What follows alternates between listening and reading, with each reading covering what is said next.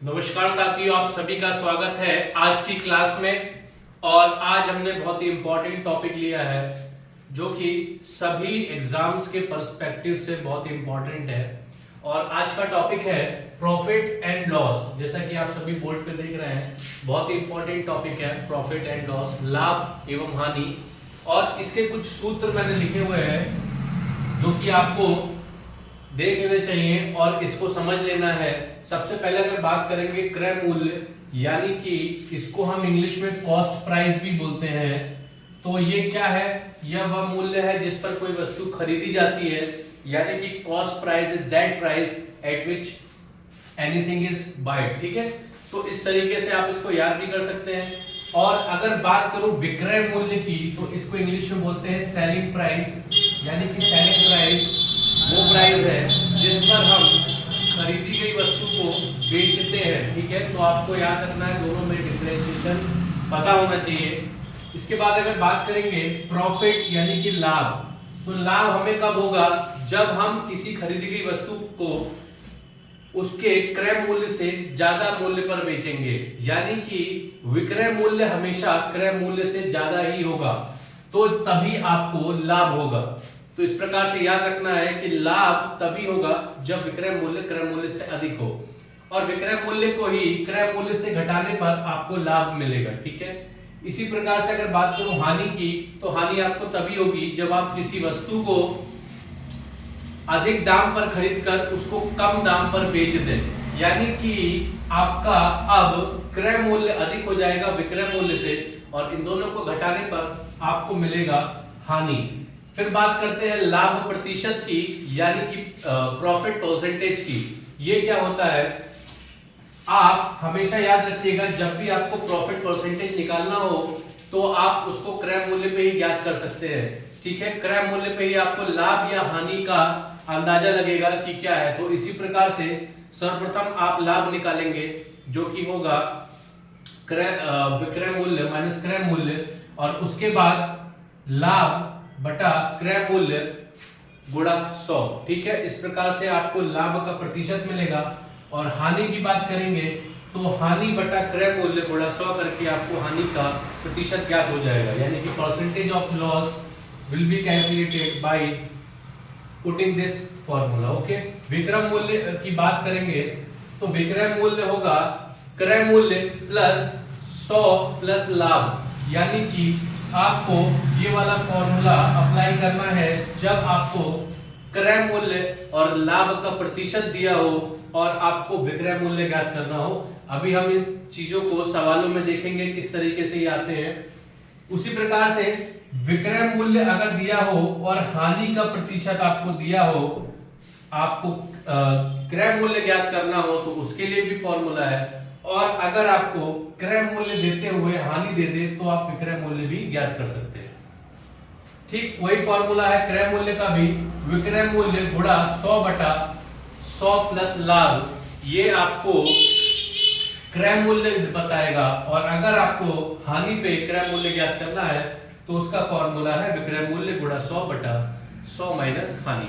तो इस प्रकार के अभी सूत्रों को हम डायरेक्ट देखेंगे सवालों में कि ये कैसे होते हैं, जिससे कि आपको इन सूत्रों को किस प्रकार से कब कब कहां पे इस्तेमाल करना है उसका पूरा आइडिया हो जाएगा। तो आइए देखते हैं पहला सवाल है, एक पुस्तक का क्रय मूल्य 110 रुपए, यानी कि आपको क्रय मूल्य गिवन है, क्रय मूल्य दिया है 110 रुपए, और विक्रय मूल्य भी आपको दिया है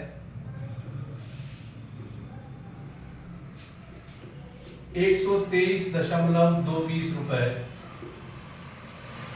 ठीक है, तो यानी कि आपको दिया हुआ है, इसको फिगर को देखने से समझ में आता है कि यहाँ पर विक्रय मूल्य क्रय मूल्य से अधिक है, इसका मतलब क्या होगा? लाभ होगा। ठीक है, तो यहाँ पर लाभ ही होगा, तो आप लाभ निकालेंगे।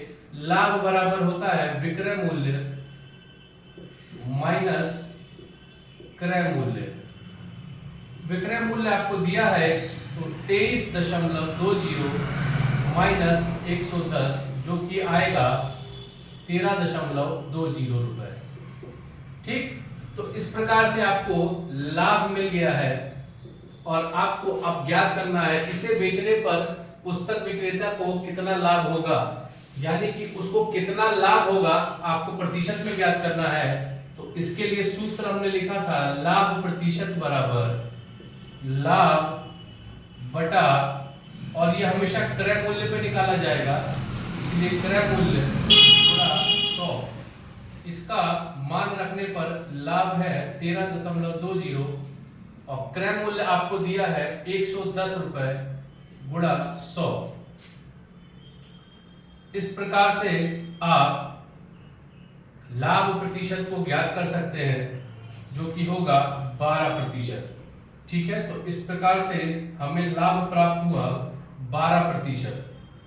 तो ये इसका उत्तर हो जाएगा, यानी कि आपको एक अंदाजा हो गया कि हमारा दिया गया विक्रय मूल्य क्रय मूल्य से अधिक है तो यहाँ पर लाभ ही होगा, और लाभ प्रतिशत का हमने फॉर्मूला लगाकर लाभ का प्रतिशत ज्ञात किया है। इस तरीके का एक बेसिक सवाल ये रहा। आइए देखते हैं अब दूसरा सवाल। तो आइए दूसरा सवाल देखते हैं। दूसरा सवाल है, एक साइकिल को 1960 रुपए में खरीदकर 1862 रुपए में बेचे जाने पर कितने प्रतिशत हानि होगी। जैसा कि सवाल में आपको दिया है कि हानि पूछा है, तो आपको हानि का सूत्र पता है। हानि बराबर क्रय मूल्य माइनस विक्रय मूल्य, जहां से क्रय मूल्य आपको दिया है 1960 माइनस 1862, जो कि आपको प्राप्त होगा 98 रुपए।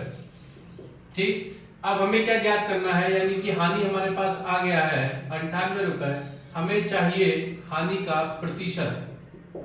तो हानि का प्रतिशत निकालने के लिए हमें पता है हानि भागे क्रय मूल्य पे ही ज्ञात किया जाना है। तो क्रय मूल्य गुणा 100, यानी कि हानि आपको दिया है 98 रुपए, क्रय मूल्य है 1960 रुपए गुणा 100। इसको काटेंगे तो आपको मिल जाएगा, तो इस प्रकार से ये हो गया 5%, यानी कि हानि का प्रतिशत आता है 5%। ये आपका आंसर हो गया। इस प्रकार से आपको इन सवालों को हल करना है। हमने बहुत ही बेसिक से सवाल देखे हैं, जिससे कि हमें एक बार सूत्र का निर्धारण करना आ जाए, उसके बाद हम देखेंगे आगे के और इम्पोर्टेंट क्वेश्चन। ठीक है, तो चलिए देखते हैं आगे एक और अच्छा बेहतरीन क्वेश्चन। देखते हैं अगला सवाल। आदित्य ने एक गाय 8,580 रुपए में बेचकर 4% लाभ कमाया।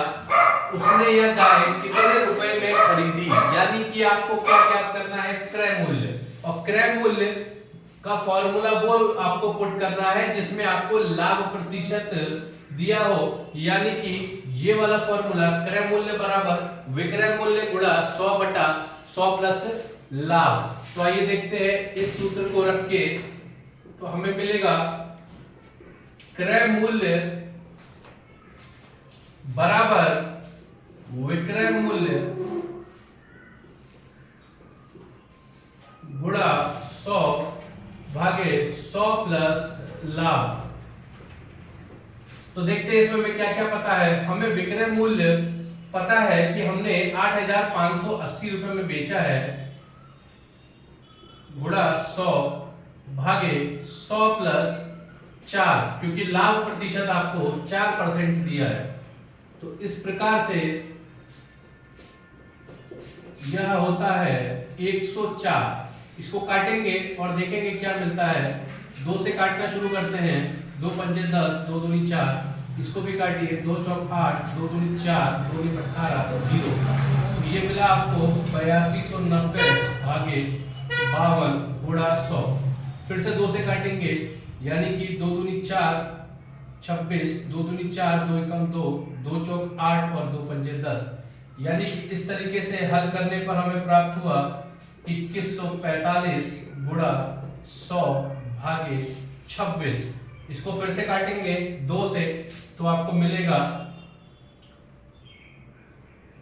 इसको 50 और ये हो गया 13। अब 13 से इसको काटने की कोशिश करते हैं तो ये कटेगा 13 कम 13 और बचा 7 1 8 84, तो 13 छिंग 78 और 65 13 पंजे 65, यानी कि अंत में आपको मिला 165 गुणा 50, गुणा करते हैं इसको तो मिलेगा 5 पंजे 25, 2 5 छक 30, 2 32, 3 5 एकम 5 और 1 8, यानी कि आपको मिला 8,250 रुपए। ये है क्रय मूल्य। तो हमें क्रय मूल्य ज्ञात हो गया 8,250 रुपए। तो इस प्रकार से इस सवालों को हल करना है, यानी कि ये दूसरे फॉर्मूले पे था, क्रय मूल्य बराबर विक्रय मूल्य गुणा 100 बटा 100 प्लस लाभ। क्योंकि इसमें लाभ का प्रतिशत दिया था इसलिए हमने इस फॉर्मूले को रखा। आइए देखते हैं अगला सवाल। तो अगला सवाल इस प्रकार है, एक कुर्सी को 873 रुपए में बेचने पर विक्रेता को 10% हानि होती है, कुर्सी का क्रय मूल्य कितना है? तो यहाँ पर हानि हो रही है और क्रय मूल्य ज्ञात करना है। तो क्रय मूल्य हानि पर जब ज्ञात किया जाता है तो हम सबको पता है कि क्रय मूल्य बराबर विक्रय मूल्य गुणा 100 भागे 100 माइनस हानि। दोनों सूत्र उसी प्रकार है, बस अगर लाभ दिया हो तो यहाँ पर धन साइन होकर यानी प्लस का साइन लगाकर आपको सिर्फ लाभ का परसेंटेज लिख देना है। तो आइए इसको हल करते हैं। विक्रय मूल्य हमें दिया है 873 रुपए गुणा 100 भागे 100 माइनस हानि हमें दी है 10%। तो इस तरीके से लिख लेंगे 873 गुणा 100 भागे 90। एक जीरो से एक जीरो काटिए, 900 इसको काटते हैं, 9 में 81, 6 63, 9 7 63, यानी कि आता है 970 रुपए। तो इस प्रकार से आप इसका क्रय मूल्य ज्ञात कर सकते हैं, यानी कि कुर्सी 970 रुपए में खरीदी गई और 873 रुपए में बेचने पर इसको 10% की हानि होती है। ठीक है, तो आइए देखते हैं अगला सवाल। इसी सवाल को ट्रिक के माध्यम से भी कर सकते हैं आप, यानी कि डायरेक्ट कैसे निकाल सकते हैं। क्रय मूल्य आपको अगर निकालना है तो आपको पता है कि 10% की हानि हो रही है, यानी कि जो 90% बचा है वो हमारा क्या होगा, क्रय मूल्य के बराबर हो सकता है। यानी कि कितना दिया है आपको 873, ठीक है, जो 90% है वही इसका विक्रय मूल्य है। और यानी कि अगर 100 पे हम निकालेंगे तो हमें मिलेगा 873 गुणा 100 बटे 90, यानी कि इस प्रकार से भी आप इसको निकाल सकते हैं। तो आपको इस प्रकार से भी आंसर मिल जाएगा, तो इसको भी दिमाग में रखिए।